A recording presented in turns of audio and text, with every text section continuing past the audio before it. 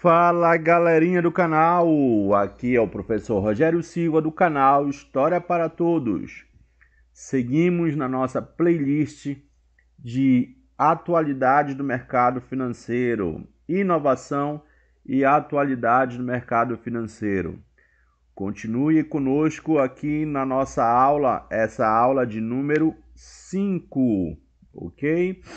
Primeiramente, a primeira parte da aula gratuita e a segunda parte da aula para quem está inscrito no curso do professor Rogério Silva, beleza? Qualquer coisa, tá aí o nosso contato para entrar no nosso curso 8308-0242 @prof.rogeriosilva prof._Rogério Silva. Então vamos lá, gente, sem muitas delongas. Primeira parte da aula, funções da moeda. Então, gente, a moeda, a relação de troca, de valor, de formação de fortunas, foi consolidada ao longo da história, principalmente ao longo da história capitalista. No entanto, é inegável que essa relação do homem com as moedas, quando eu falo moeda, gente, eu estou falando de dinheiro, não estou falando da moeda em si, a redondinha lá de bronze, de ferro, sei lá o que. Ela vem de muito tempo antes do sistema capitalista. Mas logicamente que agora, com o capitalismo, ela foi consolidada. Então, gente, existem várias teses sobre a origem da moeda. Uma das mais aceitas é essa aí sobre o Império Turco, que ela teria surgido aí por volta do século 7 a.C. Observa que é antes de Cristo, antes de existir o capitalismo, aí nós temos o sistema escravista. Durante muito tempo, antes de existir a moeda, existia a prática do escambo. Geralmente vocês estudam escambo quando vocês estudam a chegada dos portugueses ao Brasil e a troca de mercadorias entre indígenas e portugueses, né? Então esse escambo acontecia em outros cantos do planeta. Só que muitas das vezes essa relação de troca ela não era eficiente. Daí existiu a necessidade da criação da moeda, né? Porque muitas das vezes, gente, um indivíduo queria trocar uma cabra por 50 sacas de feijão. Como é que eles iam saber se exatamente essa troca é justa? Então houve a necessidade da criação da moeda, ok? A divisão do trabalho, a produção em massa, tornaram a necessidade da moeda mais evidente. Divisão do trabalho e produção em massa, estamos falando de capitalismo.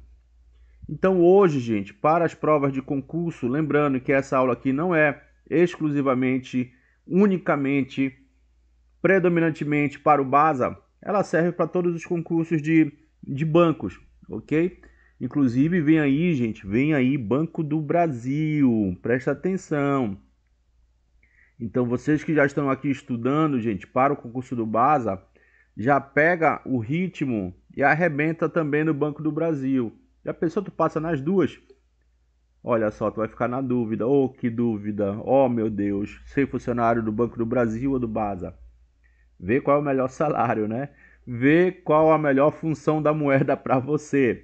A moeda, ela tem três funções aqui didaticamente divididas: troca, né, unidade de conta e reserva de valor. O que é que você tem que saber para a prova, filho de Deus? As características dessas funções. Então, na prova, ele vai colocar um textozinho de 3 linhas, 5 linhas, e lá no final ele vai te pedir qual a função da moeda. Ou ele pode inverter, ele colocar lá, por exemplo, a característica número 2, unidade de conta, e colocar embaixo a característica mais marcante dessa função. Ok? É assim que aparece em prova. No final do vídeo tem exercício que mostra sobre isso. Então tá aqui, gente, a moeda ela evoluiu, né? A moeda primeiramente metálica, depois em papel, e aí, gente, começa a entrar o sistema financeiro internacional, o sistema financeiro brasileiro. Moeda fiduciária é a moeda que nós conhecemos hoje. É o papel moeda, é a cédula, é a grana que nós recebemos no salário, antes de existir o Pix, por exemplo. E essa moeda, gente, ela ficava onde? Em bancos. Ela ficava em casas de custódia.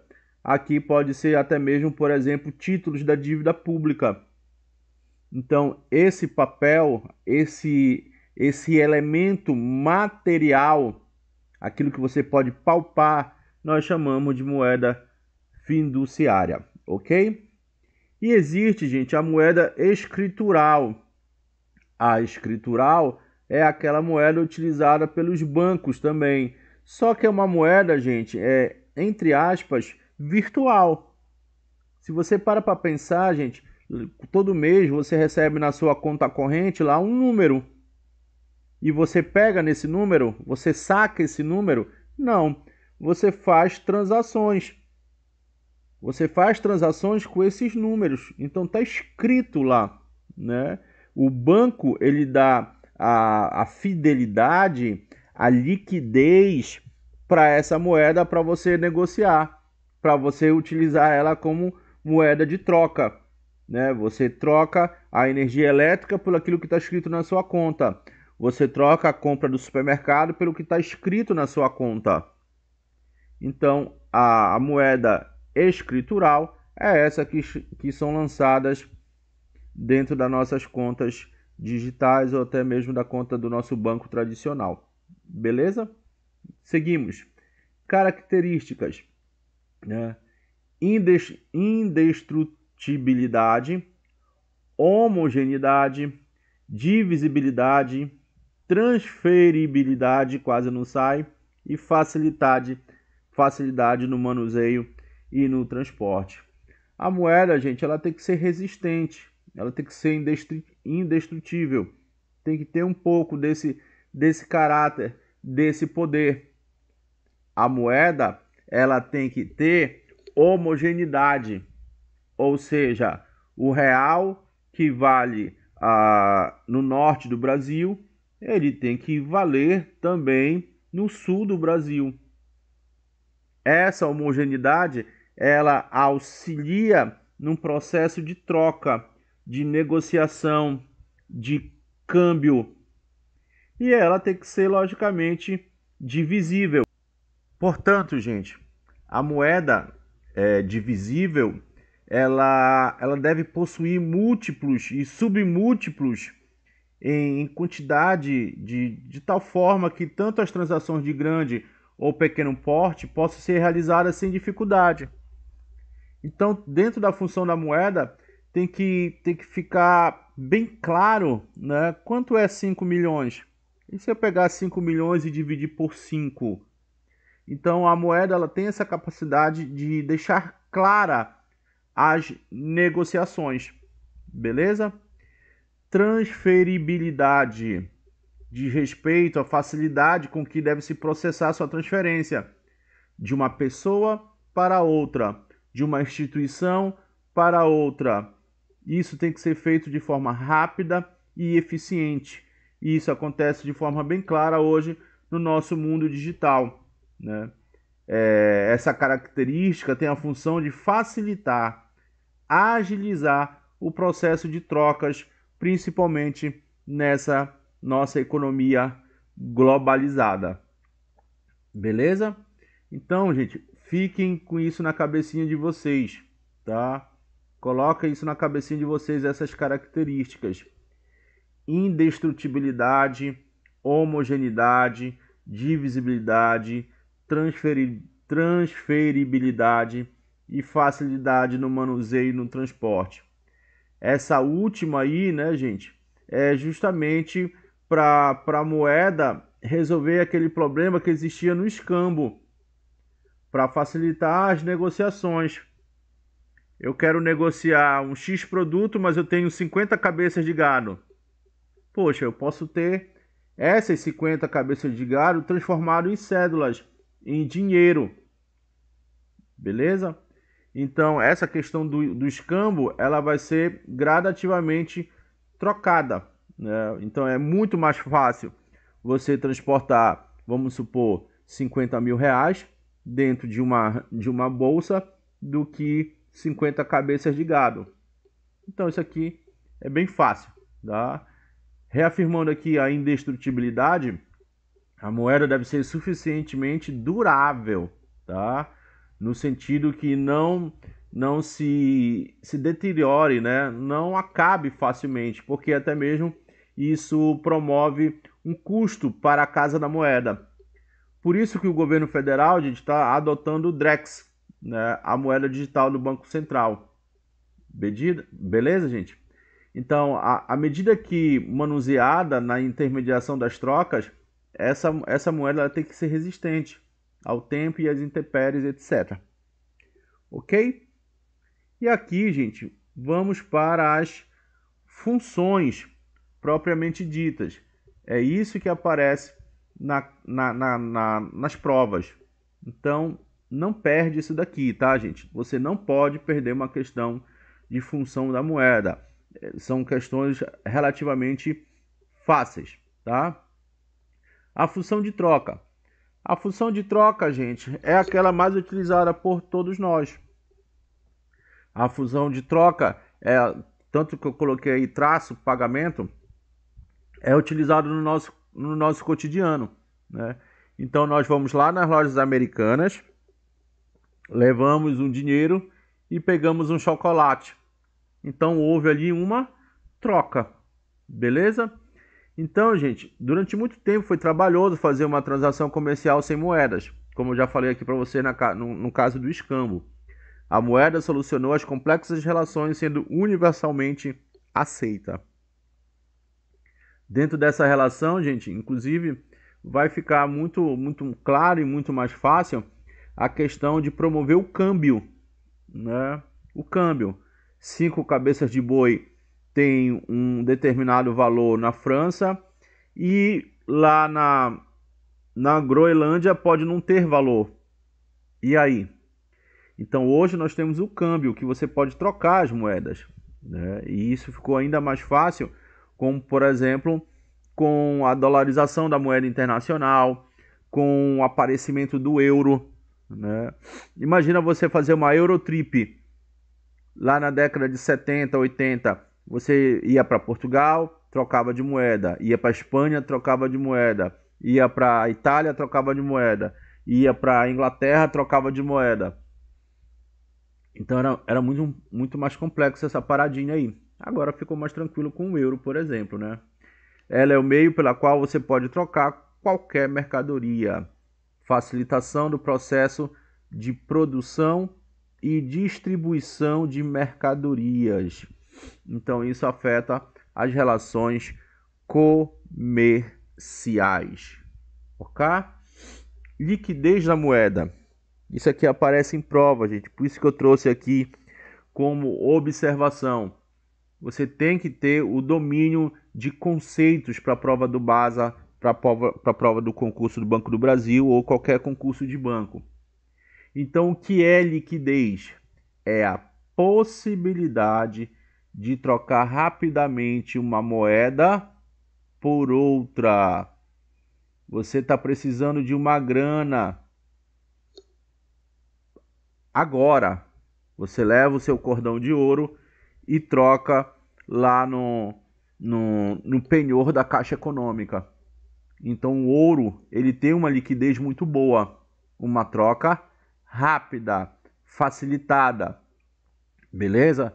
Agora se você tem 30 sacas de soja e você precisa de dinheiro para hoje, você vai ter um pouquinho de dificuldade dependendo da localidade do Brasil que você está. Se você está numa cidade onde não tem relações com soja, a soja não vai ter uma boa liquidez, ok?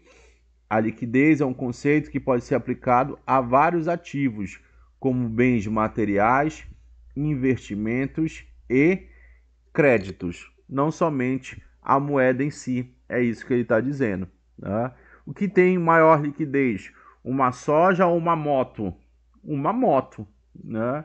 Então tá aqui, olha, material. Você tem uma moto para vender, é bem mais fácil você trocar por dinheiro do que uma soja.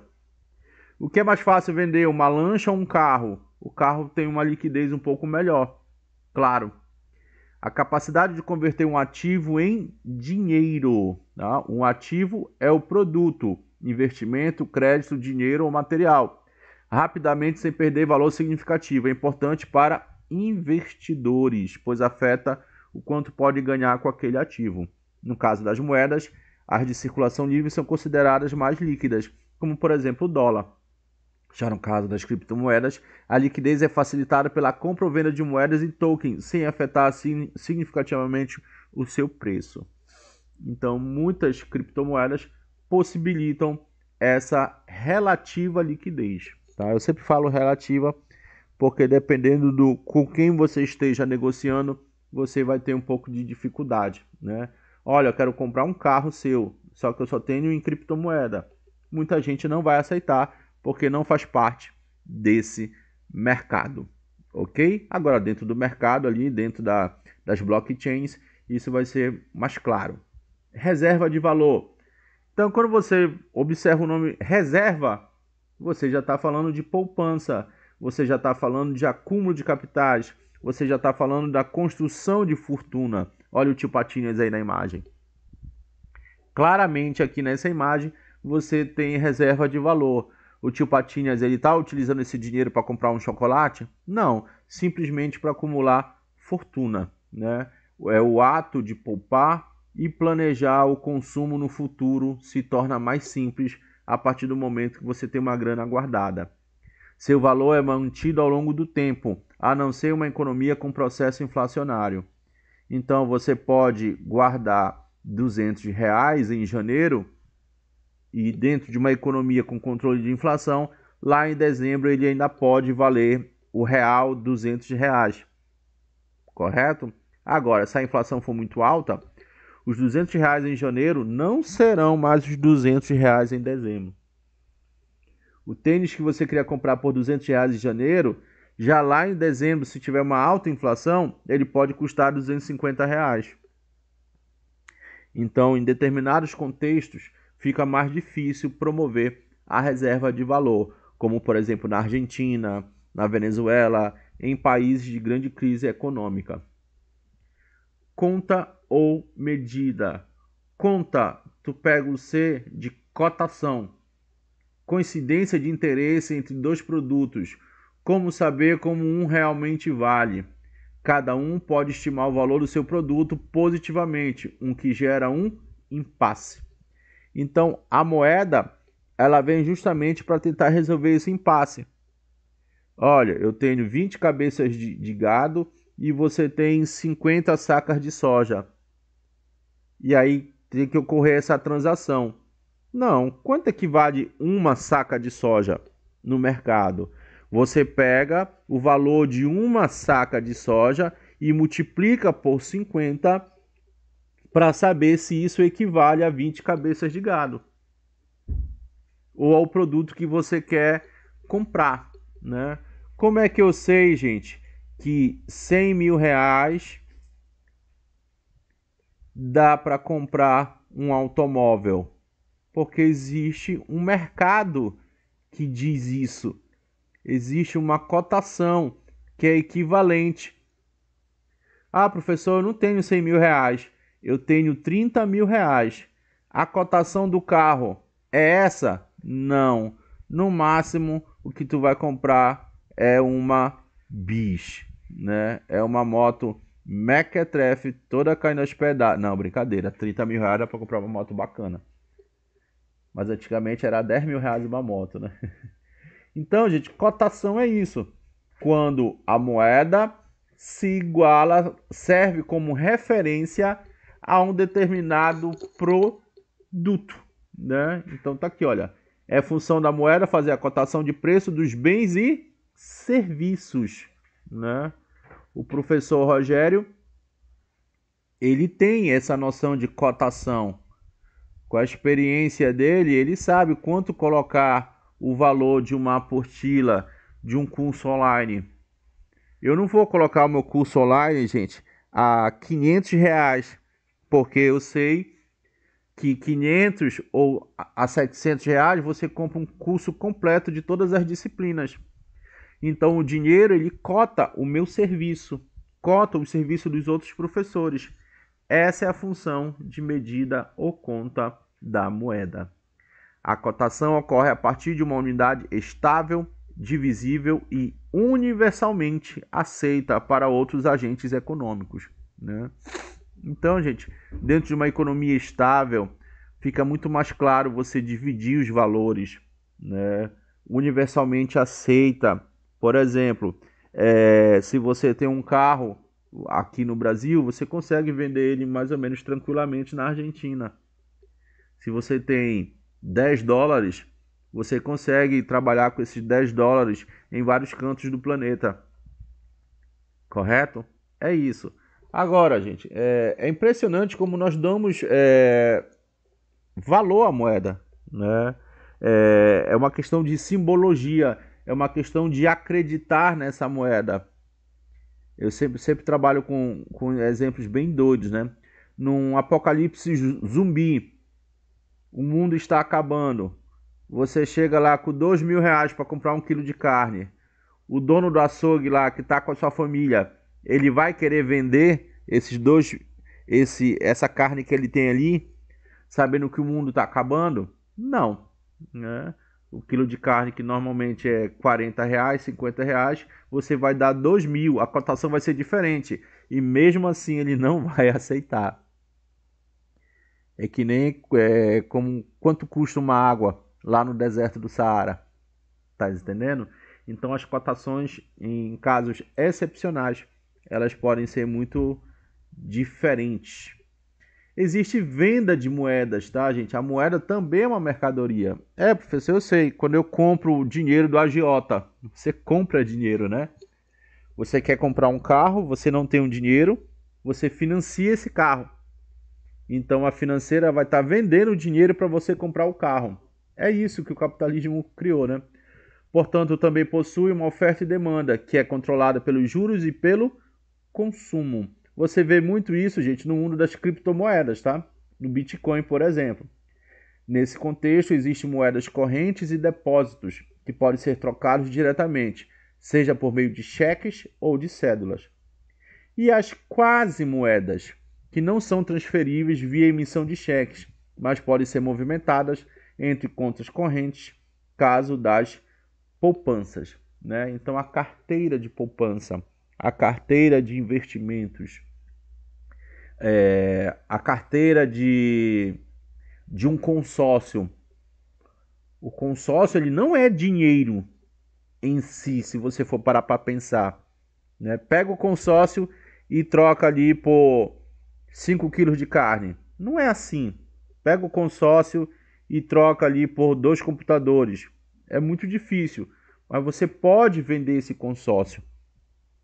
Então ele é uma quase moeda, né? Você pode pegar esse consórcio, vende para uma pessoa e essa pessoa mantém um consórcio e logo depois compra um carro, compra uma moto. Beleza? Então uma quase moeda. Tá aqui, olha. Exemplos, né? Título da dívida pública, depósitos em poupança, depósitos a prazo, né? Aquilo que ainda vai vencer. Então, venda de moedas. Belezinha, Gínios? Deixe seu like, inscreva-se no canal, digam de onde vocês estão assistindo a aula, de qual estado, de qual cidade, de qual bairro. Eu quero saber onde o nosso conhecimento está chegando, onde eu estou te ajudando. 11. Conteúdo número 11. O dinheiro na era digital, blockchain e criptomoedas. Tá aqui, gente, a questão da tua prova. Beleza? Eu tenho quase que certeza, não tenho 100% de certeza, porque aí só Jesus. Eu tenho quase que certeza que isso aqui vai ser uma questão da tua prova. Então, vem-te embora, cola comigo aqui que vocês vão arrebentar na prova. Blockchain.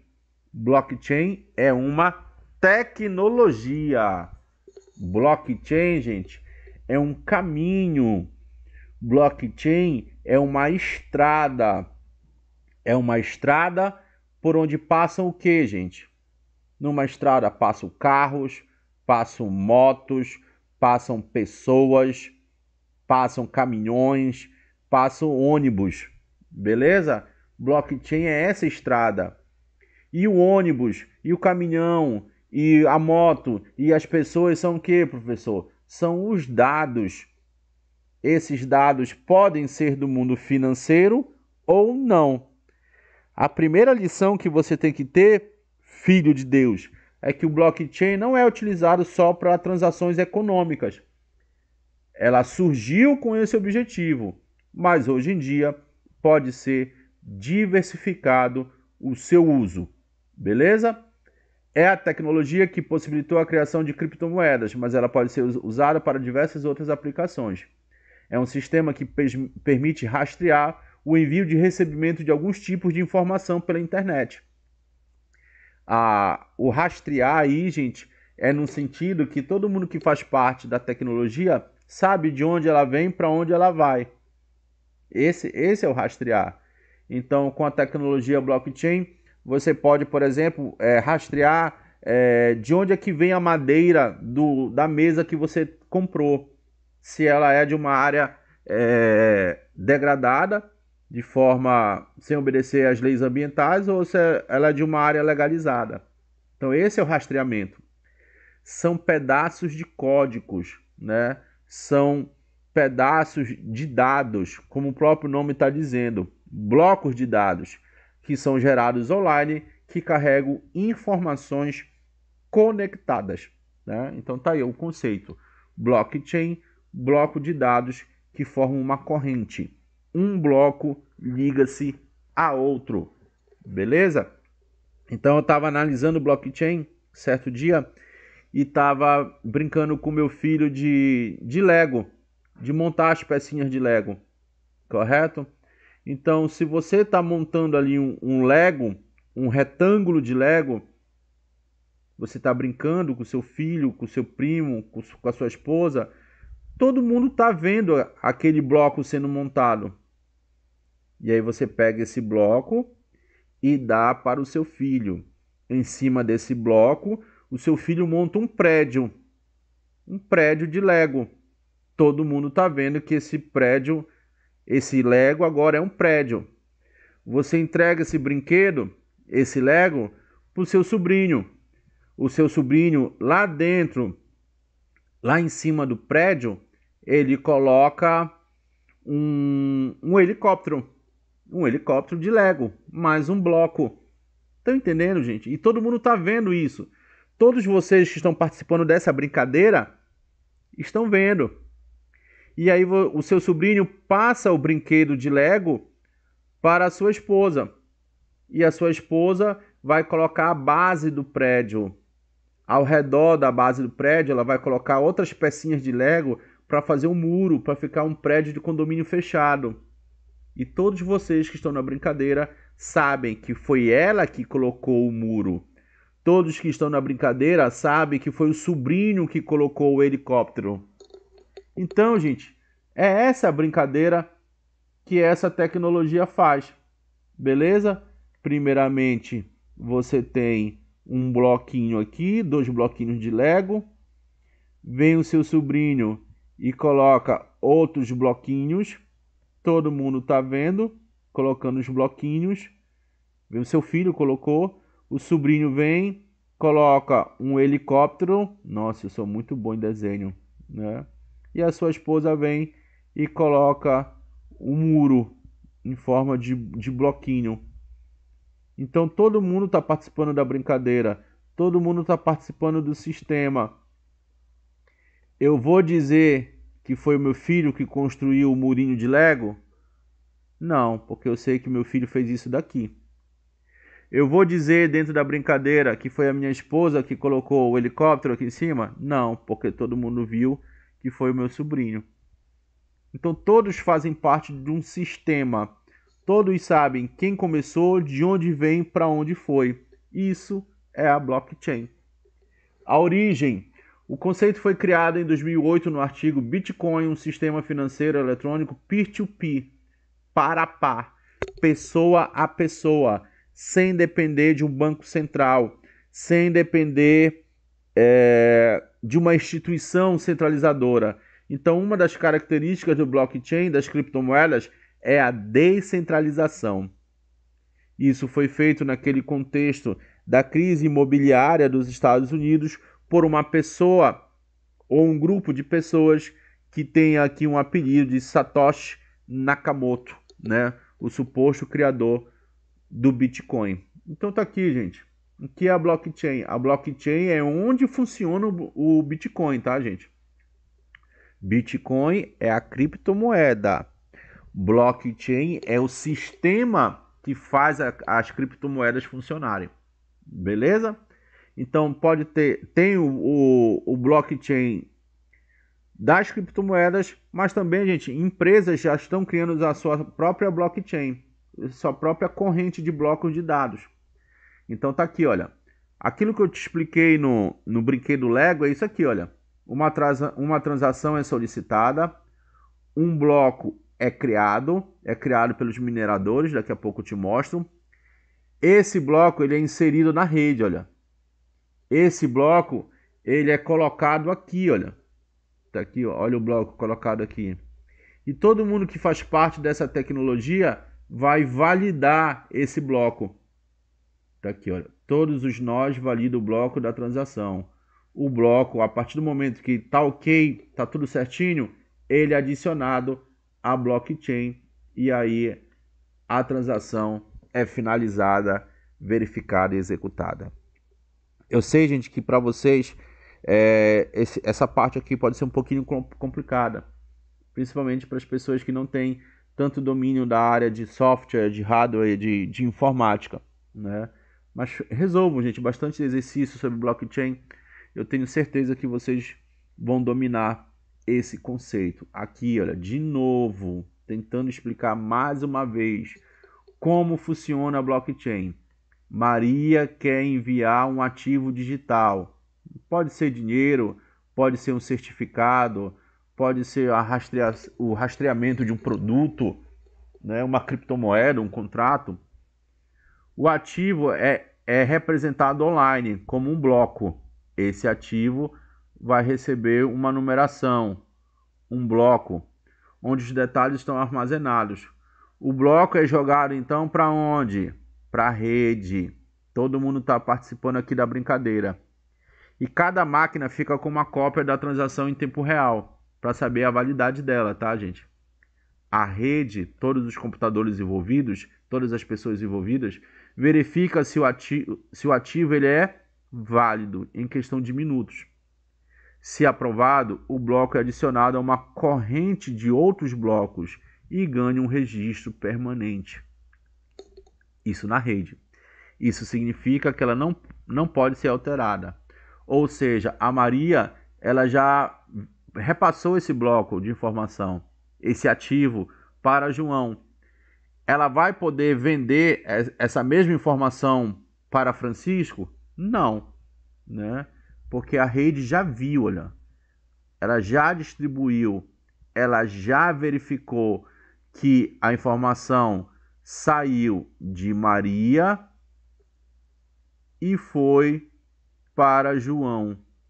Então, o sistema ele dá a veracidade da transação, que essa transação está correta, que Maria não está tentando dar um golpe, vender aquilo que ela não quer. Beleza? Você tem um celular, você vende o celular para outra pessoa, você vai vender esse mesmo celular para outro sujeito? Você vai vender o celular para duas pessoas ao mesmo tempo? Não. Então é assim que funciona a blockchain. A propriedade do ativo, que era de Maria, agora fica registrado na rede como sendo de João. E por que, gente, a blockchain até hoje nunca foi invadida por hacker? Porque isso aqui é tudo baseado em criptografia. E muda, gente, a cada 10 minutos, a cada 15 minutos, muda em toda a rede. Então, para o hacker quebrar isso daqui, ele tem que hackear toda a rede, todos os computadores envolvidos no sistema. Então é impossível um hacker hackear, dominar centenas e milhares de computadores. Ele pode até conseguir em parte, mas aí depois o sistema ele renova os dados de segurança. Então fica toda hora em mutação. Tá? Por isso que é muito, muito seguro. Então tá aqui, olha, usos da blockchain. Né? Blockchain aqui nesses exemplos é um protocolo de confiança digital. Né? Pode ser utilizado para dinheiro, né? Para negociação de seguros, para diploma, para jogos, para rastreamento de uma mercadoria dentro da indústria. Então, é N funções. Né? A blockchain pode ser utilizada para documentação de carro, para documentação de imóveis, para ver se a identidade do indivíduo ela é original. A blockchain pode ser utilizada dentro do sistema bancário, claramente. Então, isso facilita a vida da fiscalização, dos órgãos de fiscalização, da Polícia Federal e por aí vai. Ok? Então, o uso do papel como certificado, algo legalizado pelo cartório, isso está sendo cada vez mais extinto no nosso mundo. Né? Logo, logo poderá desaparecer. Né? Então aqui tem um exemplo bem claro, né, do uso da blockchain para certificados de ensino superior. Tá aqui, olha, universidade, ela emite um certificado, beleza? Esse certificado ele fica digitalizado. O estudante envia esse certificado para uma empresa para buscar emprego. Essa empresa, ela verifica o sistema para ver se esse documento é validado. Essa consulta é feita pelo sistema de blockchain. Ok? Então, tudo digitalizado, não precisa mais nem de papel aqui nesse caso. Blockchain é seguro? Claro que é. Essa rede está espalhada pelo mundo e não tem dono.